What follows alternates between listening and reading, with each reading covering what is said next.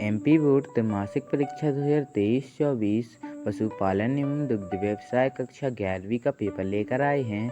अगर आपको वीडियो पसंद आए तो वीडियो को लाइक करें, चैनल को सब्सक्राइब करें। चलिए शुरू करते हैं। प्रश्न क्रमांक 5 हो जाएगा। एक शब्द या एक वाक्य में उत्तर दीजिए। पहला, रेड डेम किस पशु की नस्ल है? इसका उत्तर हो जाएगा गाय की। दूसरा, विश्व के किस देश में भैंसों की संख्या सर्वाधिक है? इसका उत्तर हो जाएगा भारत में। तीसरा, उत्तम सांड योजना किससे संबंधित है? इसका उत्तर हो जाएगा उन्नत पशुओं के विकास से। चौथा, नियंत्रित प्रजनन क्या है? इसका उत्तर हो जाएगा केवल प्रमाणित स्थानों से ही गायों के मिलन को सुनिश्चित करना। पांचवा, रेमंड भ्रूण शोध संस्थान कहाँ है? इसका उत्तर हो जाएगा बिलासपुर में। छठवा, वर्ष 2002 की पशु गणना रिपोर्ट के अनुसार मध्य प्रदेश में पशुओं की संख्या कितनी है? इसका उत्तर हो जाएगा 88 करोड़। प्रश्न क्रमांक 6वां हो जाएगा कृत्रिम गर्भाधान के विकास पर संक्षिप्त वर्णन प्रस्तुत कीजिए। फ्रेंड्स, वीडियो थोड़ी लॉन्ग हो जाएगी, इसलिए वीडियो में हर क्वेश्चन के स्क्रीनशॉट लेते जाइएगा, क्योंकि every question is very important. प्रश्न क्रमांक 6वें का आंसर हो जाएगा भारत में कृत्रिम गर्भाधान पर सर्वप्रथम प्रयोग 1930 के दशक के अंत में भारतीय पशु चिकित्सा अनुसंधान संस्थान इज्जतनगर में शुरू हुआ। इसके पश्चात 1945 से 46 में देश के विभिन्न भागों में जैसे पटना, इज्जतनगर, बेंगलुरु एवं मोंटागोमरी में कई क्षेत्रों परीक्षण केंद्र खोले गए, जहां कृत्रिम गर्भाधान को प्रोत्साहन मिला। आज देश में 5,500 से ज़्यादा कृत्रिम गर्भाधान केंद्र चल रहे हैं। वीर्य प्रशीतन तकनीक के आने के बाद इस दिशा में और तरक्की हुई। आज देश में 48 वीर्य प्रशीतन केंद्र हैं। केंद्र सरकार एवं राज्य सरकार ने इस तकनीक को देश के कोने कोने में पहुंचाने एवं लोकप्रिय बनाने में कोई कसर नहीं छोड़ी है। प्रश्न क्रमांक 7वां हो जाएगा भ्रूण स्थानांतरण तकनीक क्या है? संक्षिप्त विवरण दीजिए। इसका उत्तर हो जाएगा भ्रूण स्थानांतरण तकनीक नस्ल सुधारने के लिए अपनाई गई प्रजनन विधियों में से सबसे सफल और परिणामीगामी विधि है। शुरू में भारत के कुछ चुने हुए स्थानों से ही यह सुविधा उपलब्ध थी, जैसे राष्ट्रीय प्रशिक्षण स्वास्थ्य संस्थान नई दिल्ली। दूसरा, राष्ट्रीय दुग्धशाला विकास बोर्ड विदर्भ।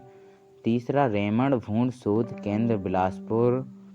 चौथा, भारतीय पशु चिकित्सा अनुसंधान संस्थान इज्जतनगर।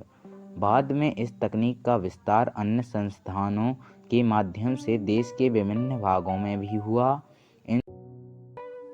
इन चारों संस्थानों की विशेषता यह है कि यहाँ बिना शल्य विधि से भ्रूण स्थानांतरण की सुविधा है। प्रश्न क्रमांक 8वां हो जाएगा पशुओं को फार्म पर पालने में कठिनाइयाँ तथा लाभ लिखिए। फ्रेंड्स, वीडियो में बताए गए सभी प्रश्न महत्वपूर्ण हैं। अगर आपको अन्य विषयों की वीडियो चाहिए तो कमेंट बॉक्स में कमेंट करना ना भूलें, और वीडियो इन्फॉर्मेटिव लगी हो तो वीडियो को लाइक करें, चैनल को सब्सक्राइब करें। प्रश्न क्रमांक 8वें का आंसर हो जाएगा कठिनाइयाँ में सर्वप्रथम आ जाएगा नस्ल सुधार संबंधी प्रबंधन का अभाव। दूसरा हो जाएगा संतुलित एवं पौष्टिक आहार की कमी। तीसरा, पशुओं में संक्रामक रोगों के लिए समुचित टीकाकरण का अभाव। चौथा, स्वास्थ्य सुविधाओं की कमी एवं रोगों के उपचार की अपेक्षा। लाभ हो जाएंगे कई फार्म उत्पाद पशुओं के संतुलित भोजन का कार्य करते हैं, अथवा सस्ते कीमत पर चारा उपलब्ध कराते हैं। दूसरा, पशुओं के मल त्याग से बना जैविक खाद कृषि के लिए लाभप्रद होता है। तीसरा, पशुओं किसी कार्य एवं बोझा ढोने के काम आते हैं। चौथा, कृषि उत्पादन एवं पशु उत्पादन दूध, मांस, अंडा आदि की कीमत कम आती है। प्रश्न क्रमांक 9वां पशुओं की दशा सुधारने के उपाय तथा चारा के निदान पर सुझाव दीजिए। इसका उत्तर हो जाएगा दशा सुधारने के उपाय। पहला, प्रजनन के लिए उत्कृष्ट तकनीक का प्रयोग कर उन्नतशील गाय भैंस की नस्ल तैयार करना। दूसरा, चारे एवं चारागाह की समुचित व्यवस्था करना।